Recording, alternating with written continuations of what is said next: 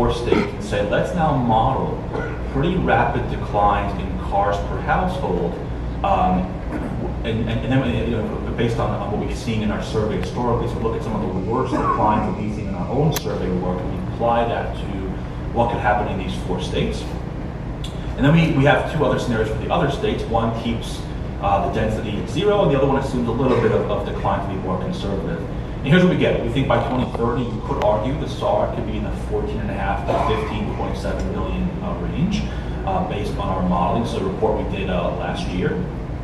And again, what we do, and I kind of alluded to this before, we take it down to in which states, in which segments, and who has exposure in these individual states to really think about the winners and losers in that context as well. So what does 2030 look like in our view? Again, we have a baseline SAR of 15.7 million. That brings the overall car park down by about 8%. That's a 3 million unit driverless car market. So assuming a replacement of 1 to 7 for kind of passenger cars at that time.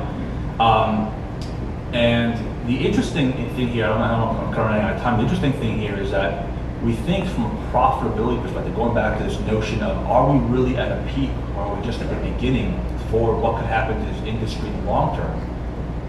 We think that 3 million unit market can have a EBIT or operating profit addressable market of about $20 billion. And that shows the profitability of that. Of course, a 4-year life of that 3 million suggests a replacement per year of 750,000 units. You also see the barrier to entry decline, because if I can have 1 or 2 auto plants, I can get a nice chunk of share of this market in 2030. So there you see the barrier to enter also decline, which is why we are in a race. This is the math behind the 20 billion. We can talk through it through Q&A.